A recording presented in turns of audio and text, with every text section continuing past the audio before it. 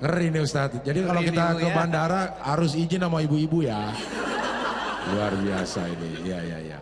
Oke, sebelum kita berikan kesempatan ibu-ibu bertanya, ini ada artikel yang kemarin-kemarin cukup spiral. Viral ya. Ibu udah bengong aja, apaan tuh spiral ya. Ini tentang orang kaya melakukan pencurian coklat di minimarket. Polisi menyebut M inisial memiliki kebiasaan unik sehingga mengutil 3 bungkus coklat dan 2 botol sampo di minimarket.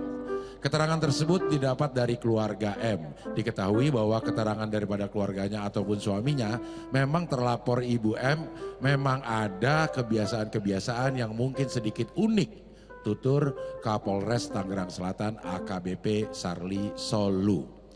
Kebiasaan inilah yang dipahami bersama baik polisi ataupun pelapor yang di minimarket sehingga pada Senin malam itu disepakati perdamaian.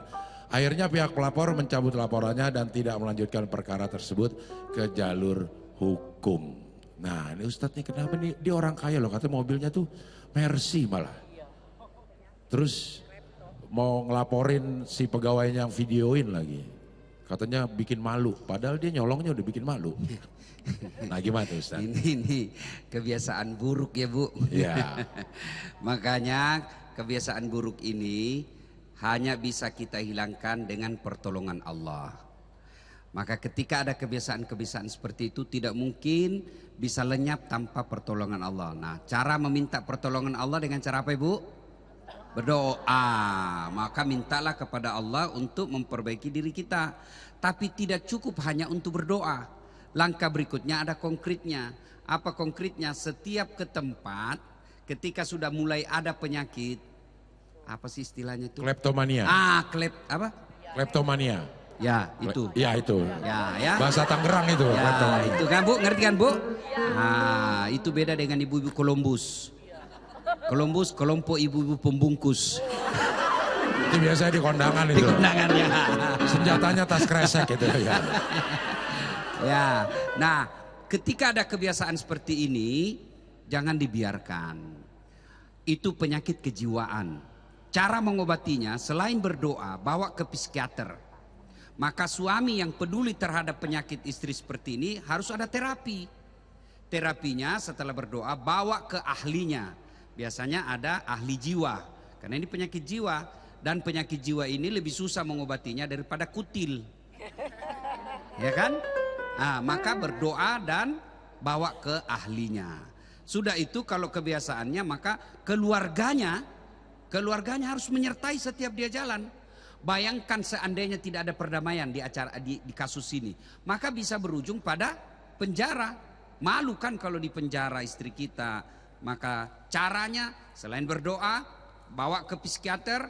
Yang berikutnya setiap jalan jangan dibiarkan jalan sendiri, supaya ada yang mengingatkan. Saya kalau ke istri ke mall Ibu, ke pasar, itu istri saya juga selalu ada di tangannya gini.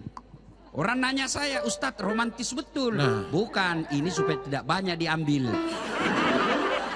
Nah kalau lepas tangannya dia ngundang. Ya. Tapi gimana sama hukumnya tuh Ustadz? Kan mencuri kan dosa. Ya dosa. Nah Walaupun sekarang, itu penyakit. ya tetap dosa. Oke.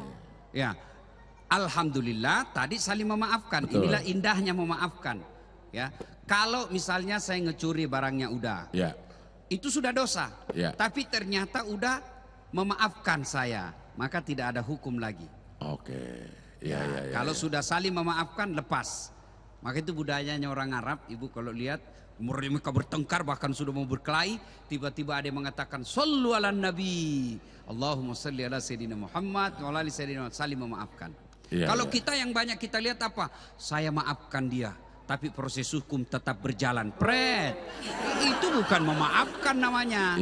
Namanya memaafkan, menghapus segala dosa, menghapus segala kesalahan. Itu namanya memaafkan.